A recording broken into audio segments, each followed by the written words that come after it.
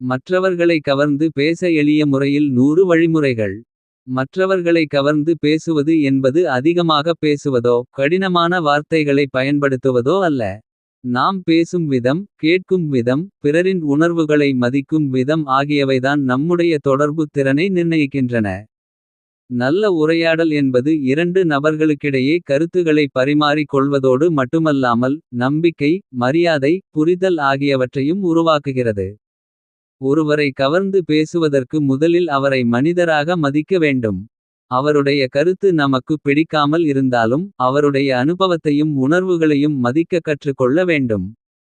இந்த தொடரில் கொடுக்கப்பட்டுள்ள வழிகளை அன்றாட வாழ்க்கையில் சிறிது சிறிதாக பயன்படுத்தினால். குடும்பம், நண்பர்கள், பணியிடம், சமூக உறவுகள் என எல்லா இடங்களிலும் உங்கள் பேச்சு சிறப்பாக மாறும். 1. நேரடியாக கண் தொடர்பு கொள்ளுங்கள். ஒருவரிடம் பேசும்போது அவருடைய கண்களை நோக்கி பேசுவது நம்பிக்கையையும் கவனத்தையும் வெளிப்படுத்துகிறது. தொடர்ந்து உற்று பார்ப்பது தேவையில்லை. இயல்பான கண் தொடர்பு போதுமானது. கண் தொடர்பு இல்லாமல் பேசும்போது. நீங்கள் ஆர்வமில்லாதவர் அல்லது தயக்கமுள்ளவர் என்ற எண்ணம் பிறருக்கு ஏற்படலாம். 2. புன்னகையுடன் பேசுங்கள். இயல்பான புன்னகை உரையாடலின் சூழலை மென்மையாக்கும். அது எதிரிலிருப்பவருக்கு வரவேற்பு உணர்வை தரும். ஆனால் செயற்கையான அல்லது அளவுக்கு மீறிய புன்னகை நம்பகத்தன்மையை குறைக்கலாம். சூழ்நிலைக்கேற்ற உண்மையான புன்னகையை பயன்படுத்துங்கள். 3.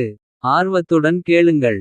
மற்றவர் பேசும்போது அடுத்ததாக என்ன சொல்ல வேண்டும் என்று மட்டும் யோசிக்காமல். அவர் சொல்லும் கருத்தை உண்மையாக புரிந்துகொள்ள முயற்சி செய்யுங்கள். ஆர்வத்துடன் கேட்பது உங்கள் பேச்சு எனக்கு முக்கியம் என்ற செய்தியை தருகிறது. 4. தெளிவாகவும் மெதுவாகவும் பேசுங்கள். மிக வேகமாக பேசினால் கருத்து புரியாமல் போகலாம். மிக மெதுவாக பேசினால் சலிப்பு ஏற்படலாம். உங்கள் வார்த்தைகள் தெளிவாக கேட்கும் அளவுக்கு இயல்பான வேகத்தில் பேசுங்கள். முக்கியமான கருத்துகளுக்கு இடையில் சிறிய இடைவெளி விடுவது உதவும். 5. உடல் மொழியை சரியாக பயன்படுத்துங்கள். உங்கள் உடல் நிலை, முகபாவனை, கைகளின் அசைவு ஆகியவை உங்கள் வார்த்தைகளுக்கு ஆதரவாக இருக்க வேண்டும். கைகளை கட்டிக்கொண்டு அல்லது முகத்தை திருப்பிக் கொண்டு பேசுவது எதிர்மறையான எண்ணத்தை ஏற்படுத்தலாம். திறந்த உடல் மொழி நெருக்கத்தை உருவாக்கும். 6. நேர்மையான வார்த்தைகளை பயன்படுத்துங்கள். உண்மையான வார்த்தைகள் நீண்ட கால நம்பிக்கையை உருவாக்கும். ஒருவரை மகிழ்விக்க வேண்டும் என்பதற்காக உண்மையற்ற கருத்துக்களை சொல்ல வேண்டாம். மரியாதையுடன் கூறப்படும் நேர்மை பொய்யான இனிமையை விட மதிப்புடையது. 7. மற்றவர் பேசும்போது குறுக்கிடாதீர்கள். ஒருவர் தனது கருத்தை முடிப்பதற்கு முன் குறுக்கிடுவது. அவருடைய பேச்சை மதிக்கவில்லை என்ற உணர்வை ஏற்படுத்தும். உங்கள் கருத்து முக்கியமானதாக இருந்தாலும். முதலில் அவர் முடிக்கட்டும். பின்னர் அமைதியாக உங்கள் கருத்தை சொல்லுங்கள். 8. பேசுபவரை மதித்து நடந்து கொள்ளுங்கள். கருத்து வேறுபாடு இருந்தாலும் நபரை அவமதிக்க கூடாது. குரல், வார்த்தைகள், முகபாவனை ஆகிய அனைத்திலும் மரியாதை இருக்க வேண்டும். மரியாதை என்பது வயது, பதவி, செல்வம் ஆகியவற்றை பொறுத்தது அல்ல. ஒவ்வொருவருக்கும் வழங்க வேண்டிய அடிப்படை பண்பு. 9. தேவையில்லாமல் குரலை உயர்த்தாதீர்கள். குரலை உயர்த்துவது உங்கள் கருத்து வலிமையானது என்பதை நிரூபிக்காது. அது உரையாடலை வாதமாக மாற்றக்கூடும். கோபம் வந்தாலும் குரலை கட்டுப்படுத்தி பேசுவது முதிர்ச்சியின் அடையாளம். 10. பேசுவதற்கு முன் சிந்தியுங்கள். ஒரு வார்த்தை வெளியேறிய பிறகு அதை திரும்பப் பெற முடியாது. எனவே பேசுவதற்கு முன் அது உண்மையா, அவசியமா, பயனுள்ளதா என்று சிந்தியுங்கள். சிறிய சிந்தனை பல பெரிய பிரச்சினைகளை தவிர்க்கும். 11. மற்றவர்களின் பெயரை நினைவில் வைத்துக் கொள்ளுங்கள். ஒருவரின் பெயரை நினைவில் வைத்திருப்பது அவருக்கு முக்கியத்துவம் அளிப்பதாகும். புதியவர்களை சந்திக்கும் போது அவர்களின் பெயரை மனதில் பதியச் செய்யுங்கள். பெயரை நினைவில் வைத்திருப்பது உறவை விரைவாக நெருக்கமாக்கும். 12. பெயரை சரியான இடத்தில் பயன்படுத்துங்கள். உரையாடலில் ஒருவரின் பெயரை இயல்பாக பயன்படுத்துவது தனிப்பட்ட கவனத்தை வெளிப்படுத்தும். ஆனால் ஒவ்வொரு வாக்கியத்திலும் பெயரைச் சொல்லுவது செயற்கையாக தோன்றலாம். தேவையான இடங்களில் மட்டும் பயன்படுத்துங்கள். 13. தேவையற்ற விவாதங்களை தவிருங்கள். ஒவ்வொரு கருத்தையும் நிரூபிக்க வேண்டிய அவசியமில்லை. சில விவாதங்கள் எந்த தீர்வையும் தராமல் உறவை மட்டும் பாதிக்கும். முக்கியமான விஷயங்களில் மட்டுமே கருத்தை வலியுறுத்துங்கள். 14. முதலில் புரிந்துகொள்ள முயற்சி செய்யுங்கள். பிறர் ஏன் அப்படி பேசுகிறார் அல்லது அப்படிச் செய்கிறார் என்பதை புரிந்துகொள்ள முயற்சி செய்யுங்கள். உடனடியாக தீர்ப்பு வழங்காமல் அவருடைய பின்னணி மற்றும் சூழ்நிலையை அறியுங்கள். புரிதல் பல தவறான எண்ணங்களை நீக்கும். 15. பிறரின் கருத்தை உடனடியாக நிராகரிக்காதீர்கள். ஒரு கருத்து உங்களுக்கு புதிதாகவோ வேறுபட்டதாகவோ இருக்கலாம். அதனால் அது தவறானது என்று உடனே முடிவு செய்ய வேண்டாம். அந்த கருத்தை நீங்கள் ஏன் நினைக்கிறீர்கள் என்று கேட்பது நல்ல உரையாடலுக்கான வாய்ப்பை உருவாக்கும். 16. நான் புரிந்துகொள்கிறேன் என்று உணர்வை வெளிப்படுத்துங்கள். ஒருவரின் உணர்வை ஏற்றுக்கொள்வது அவருக்கு ஆறுதலை தரும். நீங்கள் அவருடைய பிரச்சினையை முழுமையாக தீர்க்க முடியாவிட்டாலும் இது உங்களுக்கு கடினமாக இருந்திருக்கும் என்று கூறலாம். உணர்வை அங்கீகரிப்பது உறவை வலுப்படுத்தும். 17. கேள்விகளை கேட்டு உரையாடலை தொடருங்கள். சரியான கேள்விகள் உரையாடலை உயிர்ப்புடன் வைத்திருக்கும். திறந்த கேள்விகள், அதாவது எப்படி, ஏன், அதற்கு பிறகு என்ன நடந்தது போன்ற கேள்விகள் மற்றவரை விரிவாக பேச ஊக்குவிக்கும். 18. பதிலை கவனமாக கேளுங்கள். கேள்வி கேட்ட பிறகு பதிலை உண்மையாக கேட்க வேண்டும். பதில் சொல்லும் முன்பே முடிவு செய்து வைத்திருந்தால் உரையாடல் இயந்திரமாகிவிடும். கவனமாக கேட்பது உங்கள் அறிவையும் உறவையும் வளர்க்கும். 19. பேசுபவரின் முகபாவனைகளை கவனியுங்கள். வார்த்தைகள் மட்டுமல்ல, முகபாவனைகளும் பல தகவல்களை தருகின்றன. ஒருவர் தயக்கமாகவோ வருத்தமாகவோ இருப்பதை கவனித்தால் உங்கள் பேச்சு முறையை மாற்றலாம். ஆனால் முகபாவனைகளை வைத்து உடனடியாக முடிவு செய்யாமல் மென்மையாக கேளுங்கள். 20. உரையாடலில் உண்மையான ஆர்வத்தை காட்டுங்கள். பிறர் பேசும்போது வெறும் மரியாதைக்காக கேட்பது போதாது. அவருடைய அனுபவம், எண்ணம், விருப்பம் ஆகியவற்றில் உண்மையான ஆர்வம் காட்டுங்கள். உண்மையான ஆர்வம் போலியாக நடிக்க முடியாத ஒரு பண்பு. 21. குறை கூறுவதற்கு முன் பாராட்டுங்கள். ஒருவரின் தவறைச் சொல்ல வேண்டியிருந்தால் முதலில் அவர் செய்த நல்ல முயற்சியை சுட்டிக்காட்டுங்கள். இதனால் அவர் தற்காப்பு மனநிலைக்கு செல்லாமல் உங்கள் கருத்தை கேட்பார். பாராட்டு உண்மையானதாக இருக்க வேண்டும். 22. சிறிய முயற்சிகளையும் பாராட்டுங்கள். பெரிய வெற்றிகள் மட்டுமல்ல, சிறிய முன்னேற்றங்களும் முக்கியமானவை. ஒருவர் எடுத்த முயற்சியை கவனித்து பாராட்டுவது அவருக்கு தொடர்ந்து முயற்சி செய்ய ஊக்கம் தரும். நீங்கள் இதில் நல்ல முன்னேற்றம் செய்திருக்கிறீர்கள் போன்ற வார்த்தைகள் பயனுள்ளதாக இருக்கும். 23. பிறரின் திறமைகளை அங்கீகரியுங்கள். ஒவ்வொருவருக்கும் தனித்திறமை உண்டு. அதை வெளிப்படையாக அங்கீகரிப்பது அவர்களின் தன்னம்பிக்கையை உயர்த்தும். பொறாமையின்றி பிறரின் திறமையை பாராட்ட கற்றுக்கொள்ளுங்கள். 24. வெற்றிக்கு வாழ்த்து தெரிவியுங்கள். ஒருவரின் வெற்றியை மனமார வாழ்த்துங்கள். சிறிய வாழ்த்துச் செய்தி கூட அவருக்கு மகிழ்ச்சியை தரலாம்.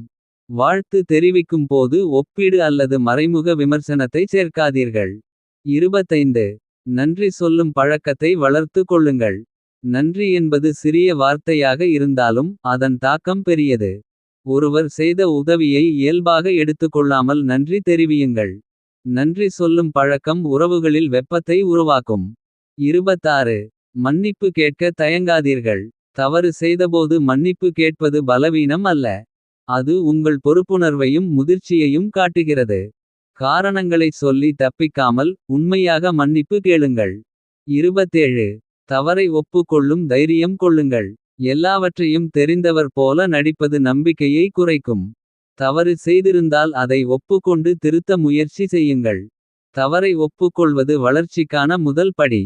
28. பொய்யான பாராட்டுகளை தவிருங்கள். உண்மையற்ற பாராட்டு சில நேரங்களில் உடனடி மகிழ்ச்சியை தரலாம், ஆனால் பின்னர் நம்பிக்கையை அழிக்கும். பாராட்டுவதற்கு உண்மையான காரணம் இல்லையெனில் அமைதியாக இருப்பது நல்லது. 29. உண்மையான பாராட்டை தெரிவியுங்கள். பாராட்டும்போது குறிப்பிட்ட விஷயத்தை சொல்லுங்கள். நன்றாக செய்திருக்கிறீர்கள் என்பதற்கு பதிலாக நீங்கள் விளக்கிய விதம் மிகவும் தெளிவாக இருந்தது என்று கூறலாம். குறிப்பிட்ட பாராட்டு அதிக தாக்கம் ஏற்படுத்தும். 30. பிறரை அவமானப்படுத்தி உங்களை உயர்த்தாதீர்கள். ஒருவரை தாழ்த்தி பேசுவதால் நீங்கள் உயர்ந்தவராக மாறமாட்டீர்கள். நகைச்சுவை என்ற பெயரில் பிறரை அவமானப்படுத்துவது உறவை பாதிக்கும். உங்கள் மதிப்பு பிறரை இழிவுபடுத்துவதில் இல்லை. 31. கோபத்தில் உடனடியாக பதிலளிக்காதீர்கள். கோபத்தின் போது சொல்லப்படும் வார்த்தைகள் பெரும்பாலும் அளவுக்கு மீறியதாக இருக்கும். பதிலளிப்பதற்கு முன் சிறிது நேரம் அமைதியாக இருங்கள். தேவையானால் உரையாடலை தற்காலிகமாக நிறுத்தி பின்னர் பேசுங்கள். 32. கடினமான வார்த்தைகளை தவிருங்கள். கடுமையான வார்த்தைகள் பிரச்சினையை தீர்க்காமல் எதிர்ப்பை அதிகரிக்கும். உங்கள் கருத்தை உறுதியாகச் சொல்லலாம், ஆனால் அவமதிக்கும் சொற்களை பயன்படுத்த வேண்டாம். 33. விமர்சனத்தை மென்மையாகச் சொல்லுங்கள். விமர்சனம் ஒருவரை வளர்க்கும் நோக்கத்துடன் இருக்க வேண்டும். இது தவறு என்று மட்டும் சொல்லாமல், இதை இன்னும் சிறப்பாகச் செய்ய இந்த வழி உதவும் என்று கூறுங்கள். தீர்வுடன் கூடிய விமர்சனம் அதிகம் ஏற்றுக்கொள்ளப்படும். 34. பிரச்சினையைப் பற்றி பேசுங்கள், நபரைப் பற்றி அல்ல. இந்த வேலை தாமதமாகியுள்ளது என்பது பிரச்சினையை சுட்டிக்காட்டுகிறது. நீங்கள் பொறுப்பில்லாதவர் என்பது நபரை தாக்குகிறது. நடத்தை அல்லது சூழ்நிலையைப் பற்றி பேசுங்கள், ஒருவரின் குணத்தை தீர்மானிக்காதீர்கள். 35. நீ எப்போதும் இப்படித்தான் போன்ற வார்த்தைகளை தவிருங்கள். எப்போதும் ஒருபோதும் போன்ற வார்த்தைகள் குற்றச்சாட்டை அதிகரிக்கும். ஒரு குறிப்பிட்ட நிகழ்வை பற்றி மட்டும் பேசுங்கள். பொதுப்படுத்தாமல் பேசுவது உரையாடலை அமைதியாக வைத்திருக்கும். 36. கருத்து வேறுபாட்டை மரியாதையுடன் வெளிப்படுத்துங்கள். நான் இதை வேறுபட்ட கோணத்தில் பார்க்கிறேன் என்று கூறுவது நீங்கள் தவறாக நினைக்கிறீர்கள் என்பதைக் காட்டிலும் மென்மையானது. கருத்து வேறுபாடு உறவை அழிக்க வேண்டியதில்லை. 37. கிண்டல் செய்வதை வரம்புக்குள் வைத்திருங்கள். நெருக்கமானவர்களிடையே நகைச்சுவை இயல்பானது. ஆனால் அவர்களின் உணர்வுகளை புரிந்து கொள்ளாமல் கிண்டல் செய்வது காயப்படுத்தலாம். ஒருவருக்கு அது பிடிக்கவில்லை என்று தெரிந்தால் உடனே நிறுத்துங்கள். 38. மற்றவர்களின் பலவீனங்களை பயன்படுத்தாதீர்கள். ஒருவர் நம்பிக்கையுடன் பகிர்ந்த தனிப்பட்ட விஷயங்களை அவருக்கு எதிராக பயன்படுத்துவது நம்பிக்கையை அழிக்கும். பிறரின் பலவீனங்களை அறிந்திருப்பது அதிகாரம் அல்ல, பொறுப்பு. 39. ரகசியங்களை பாதுகாத்து கொள்ளுங்கள். ஒருவர் தனிப்பட்ட தகவலை பகிரும்போது அதை மற்றவர்களிடம் சொல்லாமல் பாதுகாத்து கொள்ளுங்கள். ரகசியத்தை காப்பாற்றும் நபரிடம் மக்கள் இயல்பாக நம்பிக்கை வைப்பார்கள். 40. பிறரைப் பற்றி பின்னால் பேசாதீர்கள். பின்னால் பேசும் பழக்கம் உங்கள் நம்பகத்தன்மையை குறைக்கும். நீங்கள் ஒருவரைப் பற்றி மற்றவரிடம் பேசினால் மற்றவர்களும் உங்களைப் பற்றி பேசுவார்கள் என்ற எண்ணம் ஏற்படும். தேவையற்ற வதந்திகளை தவிருங்கள். 41. பேசும்போது செல்போனை ஒதுக்கி வையுங்கள். உரையாடலின் போது தொடர்ந்து செல்போனை பார்ப்பது எதிரிலிருப்பவரை புறக்கணிப்பதாகத் தோன்றும். முக்கியமான உரையாடல்களில் அறிவிப்புகளை அணைத்து முழு கவனத்தையும் வழங்குங்கள். 42. முழு கவனத்துடன் உரையாடுங்கள். உடல் அங்கே இருந்தாலும் மனம் வேறு இடத்தில் இருந்தால் நல்ல உரையாடல் நடக்காது. கேட்பவரை நோக்கி பாருங்கள், தேவையான இடங்களில் தலையசையுங்கள், புரிந்துகொண்டதைச் சுருக்கமாகச் சொல்லுங்கள். 43. தேவையில்லாமல் உரையாடலை திசைதிருப்பாதீர்கள். மற்றவர் ஒரு முக்கியமான விஷயத்தை பேசும்போது உங்கள் தொடர்பில்லாத அனுபவத்தை உடனே சேர்க்க வேண்டாம். உரையாடலின் மையத்தை மதியுங்கள். தலைப்பு மாற வேண்டியிருந்தால் இயல்பாக மாற்றுங்கள். 44. உங்கள் அனுபவத்தை மட்டும் பேசிக்கொண்டிருக்காதீர்கள். எனக்கும் இதே நடந்தது என்று கூறுவது சில நேரங்களில் தொடர்பை உருவாக்கும். ஆனால் ஒவ்வொரு உரையாடலையும் உங்கள் அனுபவமாக மாறுவது மற்றவருக்கு இடமில்லாத நிலையை உருவாக்கும். 45. மற்றவருக்கும் பேச வாய்ப்பு கொடுங்கள். நல்ல உரையாடல் என்பது இருவரும் பங்கேற்கும் உரையாடல். நீங்கள் அதிகமாக பேசுகிறீர்கள் என்று உணர்ந்தால் சிறிது இடைவெளி விட்டு மற்றவரிடம் கேள்வி கேளுங்கள். 46. உரையாடலை ஒருதலைப்பட்சமாக மாற்றாதீர்கள். உங்கள் கருத்துகளை மட்டும் கூறாமல் எதிரிலிருப்பவரின் எண்ணங்களையும் கேளுங்கள். உரையாடலில் சமநிலை இருந்தால் இருவருக்கும் வசதியாக இருக்கும். 47. புரியாத விஷயத்தை மீண்டும் கேளுங்கள். புரியாததை புரிந்தது போல நடிப்பது பின்னர் குழப்பத்தை ஏற்படுத்தும். இந்த பகுதியை இன்னும் கொஞ்சம் விளக்க முடியுமா என்று மரியாதையுடன் கேளுங்கள். 48. கேள்வி கேட்பதில் தயங்காதீர்கள். கேள்விகள் அறிவின்மையின் அடையாளம் அல்ல, கற்றுக்கொள்ளும் ஆர்வத்தின் அடையாளம். சரியான கேள்வி உரையாடலை ஆழமாக்கும். 49. கேட்பது பலவீனம் அல்ல என்பதை நினைவில் கொள்ளுங்கள். எப்போதும் பேசுபவராக இருப்பதை விட தேவையான நேரத்தில் அமைதியாக கேட்பது பலம். கேட்பதன் மூலம் தகவல், அனுபவம், மனிதர்களின் உணர்வு ஆகியவற்றை புரிந்து கொள்ள முடியும். 50. நல்ல கேட்பவராக இருப்பதே சிறந்த பேச்சாளரின் அடையாளம். நன்றாக பேசுபவர் முதலில் நன்றாக கேட்பவராக இருப்பார். பிறர் என்ன விரும்புகிறார்கள், என்ன உணர்கிறார்கள் என்பதை புரிந்து கொண்டால் உங்கள் பதில் பொருத்தமாக இருக்கும். 51. உங்கள் வார்த்தைகளை எளிமையாக வைத்துக் கொள்ளுங்கள். சிக்கலான வார்த்தைகள் அறிவை வெளிப்படுத்தும் என்று நினைக்க வேண்டாம். எளிய மொழியில் தெளிவாகச் சொல்வதே சிறந்த தொடர்பு. கேட்பவரின் புரிதலுக்கு ஏற்ற வார்த்தைகளை தேர்ந்தெடுங்கள். 52. தேவையற்ற ஆங்கில வார்த்தைகளை தவிருங்கள். தமிழில் சொல்லக்கூடிய கருத்துகளுக்கு தேவையில்லாமல் ஆங்கில வார்த்தைகளை பயன்படுத்த வேண்டாம். மொழி கலப்பது தவறு அல்ல, ஆனால் அது புரிதலை தடுக்கும் அளவுக்கு இருக்கக்கூடாது. 53. நீளமான விளக்கங்களைச் சுருக்கமாகச் சொல்லுங்கள். முக்கியமான கருத்தைச் சொல்ல பல சுற்றுகள் தேவையில்லை. முதலில் கருத்தைச் சொல்லி பின்னர் தேவையான விளக்கத்தை வழங்குங்கள். சுருக்கமான பேச்சு கேட்பவரின் நேரத்தை மதிக்கும். 54. முக்கியமான கருத்தை முதலில் சொல்லுங்கள்.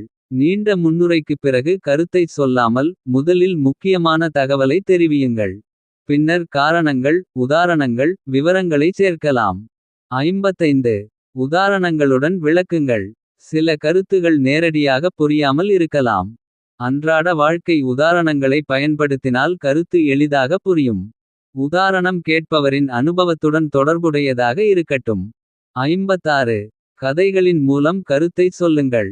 கதைகள் மனிதர்களின் நினைவில் நீண்ட காலம் நிற்கும். உங்கள் கருத்தை ஒரு சிறிய சம்பவம் அல்லது அனுபவத்தின் மூலம் விளக்கலாம். ஆனால் கதையை தேவையில்லாமல் நீட்டிக்காதீர்கள். 57.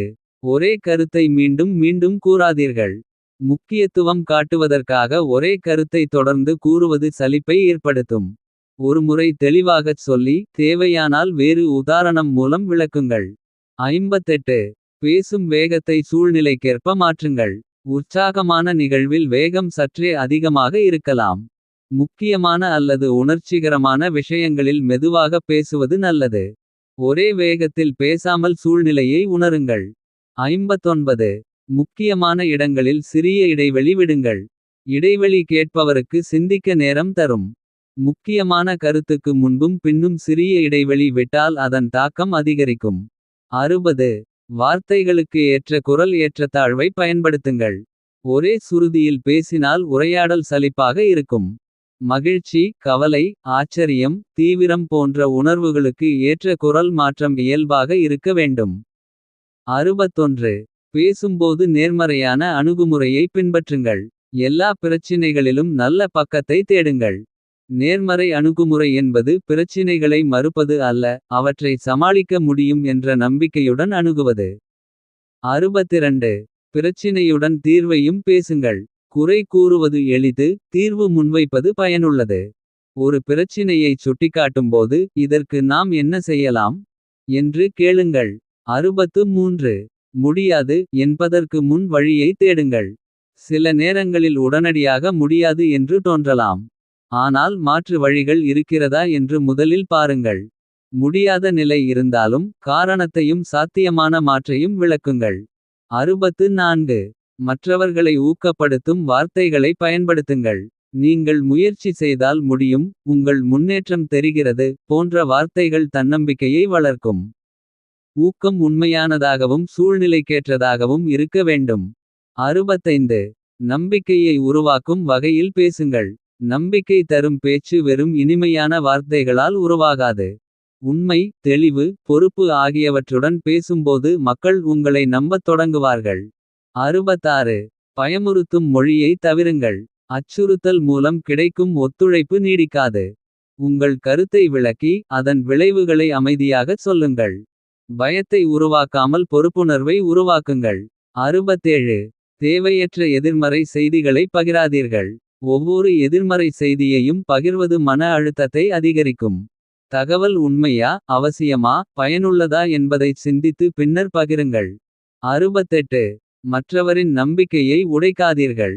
ஒருவர் உங்களிடம் நம்பிக்கையுடன் பகிர்ந்த விஷயத்தை அலட்சியமாக எடுத்துக்கொள்ளாதீர்கள். அவருடைய நம்பிக்கையை பாதுகாப்பது உங்கள் உறவின் அடித்தளத்தை பாதுகாப்பதாகும். 69. ஊக்கமளிக்கும் கருத்துகளை பகிருங்கள். நல்ல புத்தகம், பயனுள்ள அனுபவம், ஊக்கமளிக்கும் சம்பவம் போன்றவற்றை பகிரலாம்.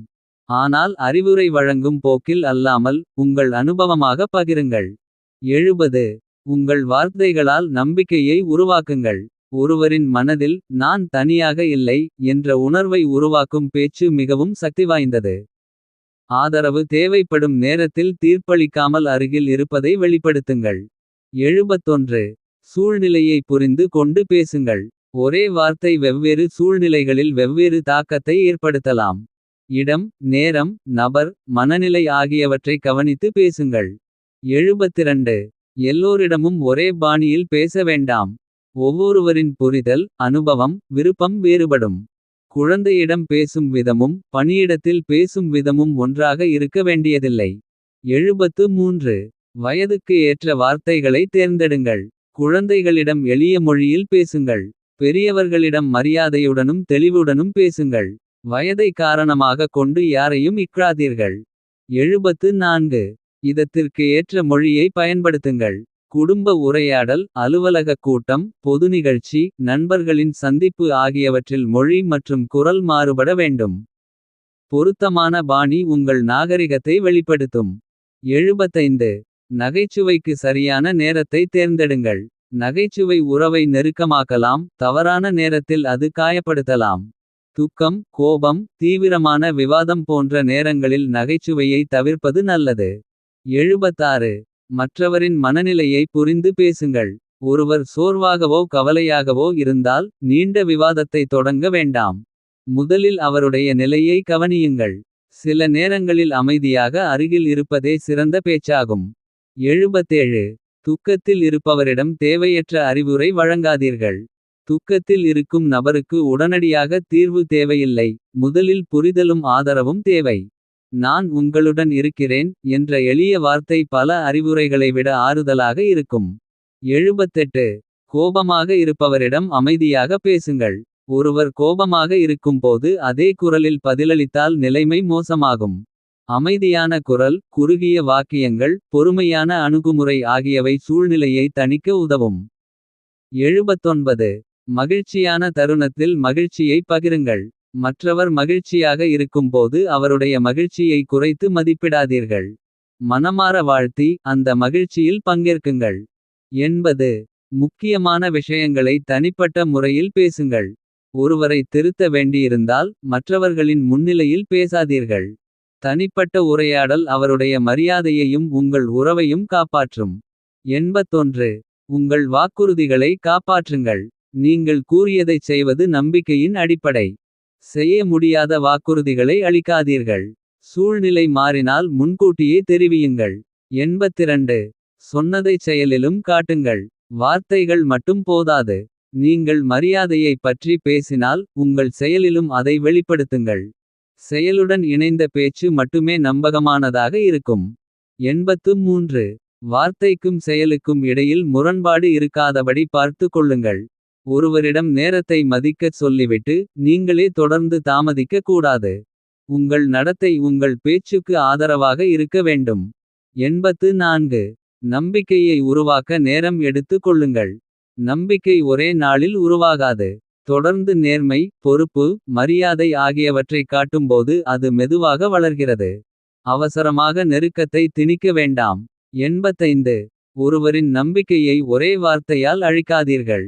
கோபத்தில் கூறிய ஒரு வார்த்தை நீண்ட கால உறவை பாதிக்கலாம். எனவே உணர்ச்சிவசப்பட்ட நேரங்களில் குறிப்பாக கவனமாக பேசுங்கள். 86. மற்றவரின் நேரத்தை மதியுங்கள். சந்திப்பு, தொலைபேசி உரையாடல், செய்தி அனுப்புதல் ஆகிய அனைத்திலும் நேரத்தை மதியுங்கள். தேவையில்லாமல் ஒருவரை காத்திருக்கச் செய்யாதீர்கள். 87. தேவையில்லாமல் நீண்ட உரையாடலை தவிருங்கள். உங்கள் கருத்து முடிந்த பிறகும் தொடர்ந்து பேசுவது கேட்பவரை சோர்வடையச் செய்யும். உரையாடல் முடிவடைய வேண்டிய நேரத்தை உணருங்கள். 88. நேரடியாகச் சொல்ல வேண்டியதை சுற்றி வளைத்து பேசாதீர்கள். முக்கியமான விஷயங்களை மறைமுகமாகச் சொன்னால் குழப்பம் ஏற்படும். மரியாதையுடன் ஆனால் தெளிவாக உங்கள் கருத்தை சொல்லுங்கள். 89. உண்மையை சொல்லுங்கள் ஆனால் கருணையுடன் சொல்லுங்கள். உண்மை பேசுவது அவசியம் ஆனால் உண்மையை சொல்லும் விதமும் முக்கியம். ஒருவரை காயப்படுத்தும் நோக்கமின்றி அவருக்கு உதவும் வகையில் உண்மையை பகிருங்கள்.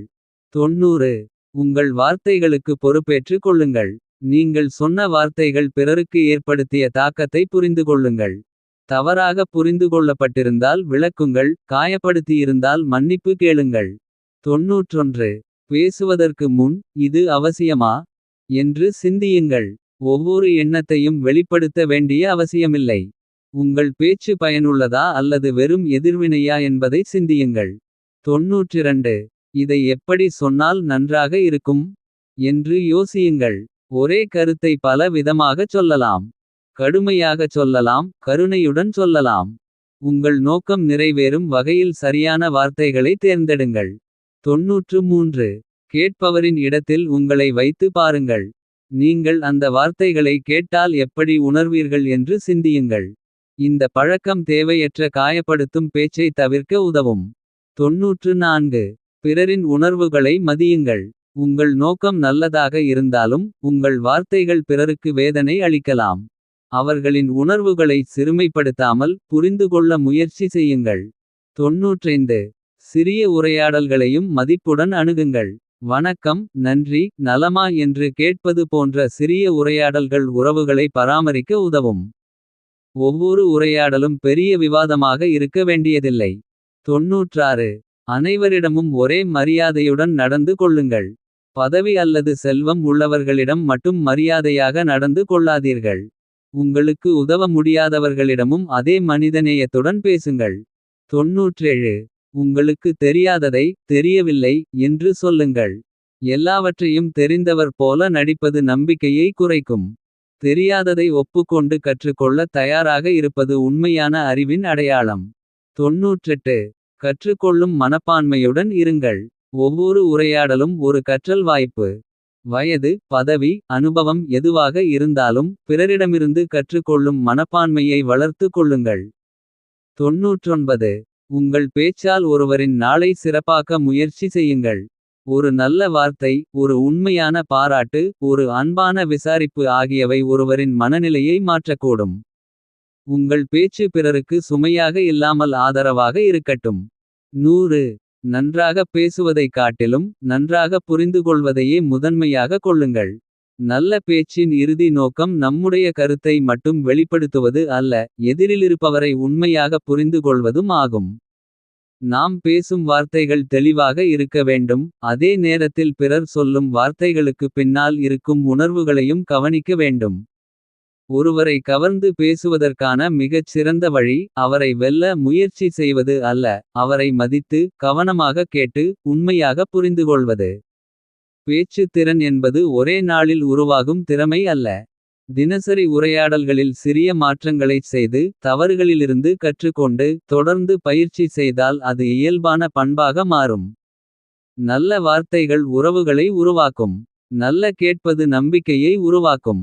நல்ல புரிதல் மனிதர்களை நெருக்கமாக்கும். எனவே பேசுவதற்கு முன் சிந்தியுங்கள். பேசும்போது மரியாதையுடன் இருங்கள். பிறர் பேசும்போது முழு கவனத்துடன் கேளுங்கள். இதுவே மற்றவர்களை கவர்ந்து பேசுவதற்கான உண்மையான ரகசியம்.